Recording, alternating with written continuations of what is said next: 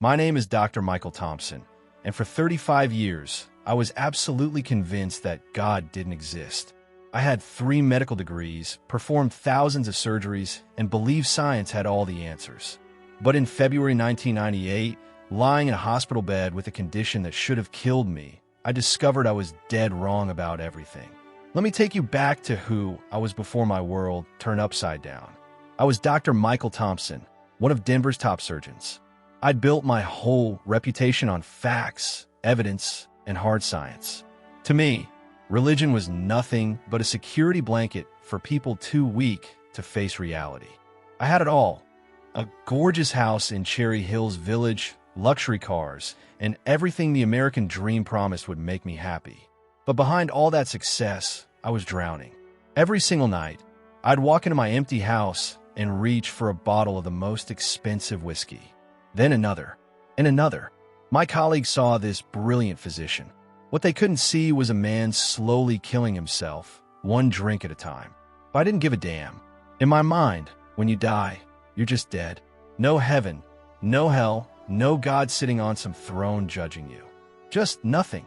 For years, there was only one person bold enough to challenge my atheist beliefs. His name was Pastor David Mitchell, and he ran this little community church downtown. We met at a medical conference where he was volunteering as a chaplain, and somehow we became unlikely friends. David wasn't like any other Christian I'd ever met. He never preached at me, never made me feel like some kind of project. He just lived his faith in a way that was real. When he told someone he'd pray for them, he actually did it. When he promised to be there, he showed up. For 5 straight years, David and I would have these intense philosophical debates. I'd hit him with every scientific argument I could think of: evolution, the Big Bang, quantum mechanics. I was determined to destroy his faith with pure logic and reason. But David never lost his cool, never backed down. He'd listen with genuine respect, then quietly explain why he believed what he believed. "Michael," he'd say in that steady voice of his, "I'm not asking you to throw away science.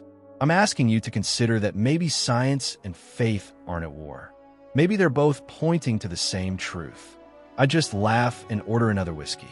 "David, show me some hard evidence of God, and then maybe we'll have something to talk about." But even though I constantly mocked what he believed, I had nothing but respect for the man himself. In a world full of phonies and hypocrites, David Mitchell was the genuine article. He was the only Christian I knew who actually walked the walk. Meanwhile, my personal life was falling apart. The drinking was getting worse every day. I started missing important surgeries, showing up late to critical appointments. My hands would shake every morning until I got that first shot of alcohol in my system. But I was Dr. Michael Thompson. I convinced myself I had everything perfectly under control. Before we continue, do you see that subscribe button? Please hit subscribe right now on this channel, because that way you'll help this faith story reach other people who desperately need to hear it. In early February 1998, some colleagues invited me to Vegas for what they called a medical conference. Let's be honest, I wasn't going for any conference. I was going for the casinos, the endless bars, and another chance to escape my empty life back in Denver. I spent 4 days in Sin City, and honestly, I don't remember most of it. What I do remember is this pain that started hitting me on day 3, this sharp, burning agony in my gut that felt like someone was twisting a red-hot poker inside me. But hey, I was Dr. Michael Thompson. I figured it was just too much Jack Daniels and too many rich steaks. I'd be fine. By day 4, I could barely stand up straight. The pain was absolutely brutal, shooting through my entire midsection like lightning bolts. I caught the first flight back to Denver and somehow managed to drive myself to Presbyterian Medical Center, where I had staff privileges. The ER doctor took one look at me and immediately ordered emergency blood work. When those results came back, I saw something in his eyes I'd never seen when a colleague looked at me before: genuine fear. "Michael," he said, his voice tight with concern, "your enzyme levels are completely off the charts. We need to get you upstairs to the ICU right now."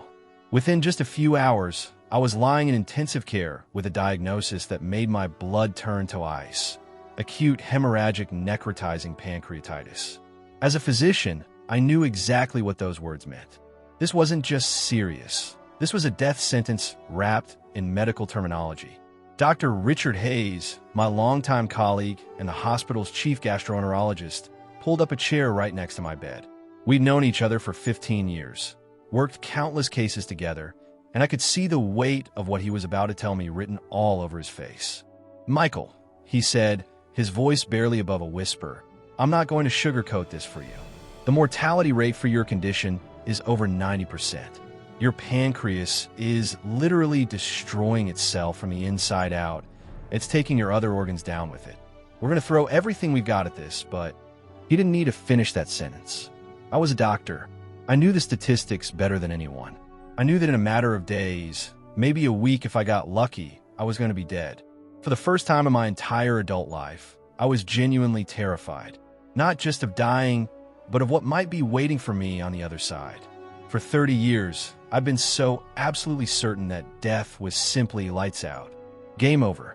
But lying there in that hospital bed, hooked up to machines that were literally keeping me breathing, this horrifying thought kept hammering in my brain. What if I'd been wrong about everything? What if David had been right this whole time? What if there really was something after death? And if there was, where exactly would someone like me end up? I tried desperately to push these thoughts away, to fall back on my scientific training and rational thinking. But the fear was stronger than any logic I could muster. For 3 agonizing days, I lay there watching my condition get worse and worse. The doctors tried everything in their arsenal: cutting-edge medications, experimental procedures, treatments that weren't even approved yet. Nothing worked. On the 3rd night, alone in that cold, sterile ICU room, I made a decision that the old Michael Thompson would never have made in a million years. With hands shaking like leaves, I picked up the phone beside my bed and dialed David Mitchell's number. "David," I whispered when he answered. "It's Michael. I really need you to come to the hospital." There was this long pause on the other end. Then, in that same calm voice I'd heard challenge my atheism for 5 solid years, he said, "I'm on my way." David walked into Presbyterian Medical Center at 2:30 in the morning. He stepped into my room, took one look at all the machines and monitors surrounding me, and I watched tears fill his eyes. "Michael," he said softly, "what are the doctors telling you?" I could barely get the words out of my mouth. "They're saying I'm dying, David. They're saying I've got maybe days left. Maybe just hours." David pulled a chair right up next to my bed and sat down. "Are you scared?" For the very first time in my life, I was completely, brutally honest about my fear. "I'm terrified," I whispered. "David, what if you've been right all these years? What if there really is a God? What if heaven and hell are real?" David reached over and gently took my hand in his. "Michael, they are real. But God isn't sitting up there waiting to condemn you. He's been waiting for you to come home."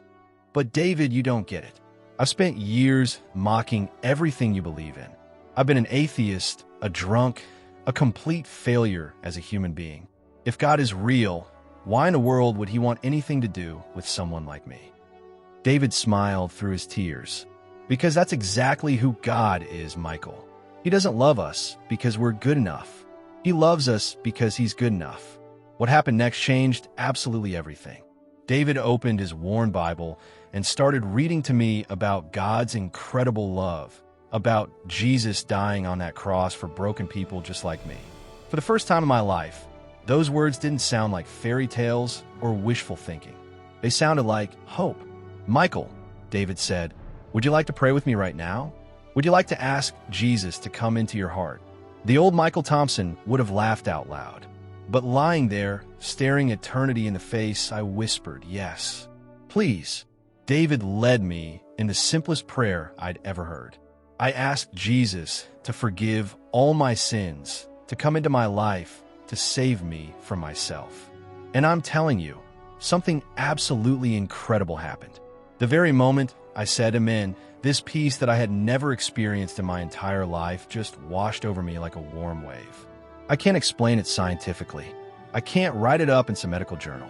But in that moment, I absolutely knew that I wasn't alone anymore. The terror was gone. That crushing emptiness that had haunted me for years was suddenly filled with something I'd never believed in: unconditional love. But God wasn't done with me yet. Within 24 hours, my enzyme levels started dropping. Within 48 hours, the inflammation in my pancreas began subsiding. Dr. Hayes couldn't believe what he was seeing in my test results. Neither could the entire team of specialists who'd been preparing my family for the worst possible news. "Michael," Dr. Hayes said, staring at my latest blood work with complete bewilderment, "I've never seen anything like this in 30 years of practice. Your pancreas is actually healing itself. This just doesn't happen with your condition. What you're experiencing is medically impossible." I smiled and looked over at David, who was still sitting faithfully beside my bed. "Maybe," I said, "impossible is just God's way of saying watch this." Today, more than 45 years later, I'm still here telling you this story. I never needed those experimental treatments they had planned. I never needed a pancreas transplant. My body produces everything it needs to function perfectly without a single medication. I went from Dr. Michael Thompson, the atheist who thought he had life all figured out, to Michael Thompson, the believer who discovered that the most important answers can't be found in any textbook. My journey from atheist physician to Jesus believer transformed everything. My career, my relationships, my entire purpose for living. I spent the rest of my medical career not just healing bodies, but pointing people toward the one who heals broken souls. If you're watching this right now and you're struggling with doubt, with addiction, with that same crushing emptiness I felt, I need you to know that it's never too late. God is still in the miracle business, and He's been waiting for you too. Have you ever experienced something that science couldn't explain? A moment when you felt God's presence break through into your life? I want you to share your story in the comments right below this video. Your testimony might be exactly what someone else needs to hear today to take that first step toward faith. And if this story has touched your heart in any way, please share it with someone who needs hope right now. Because the same God who saved a stubborn atheist doctor in a Denver hospital room is still changing lives today. Thank you for listening. God bless you.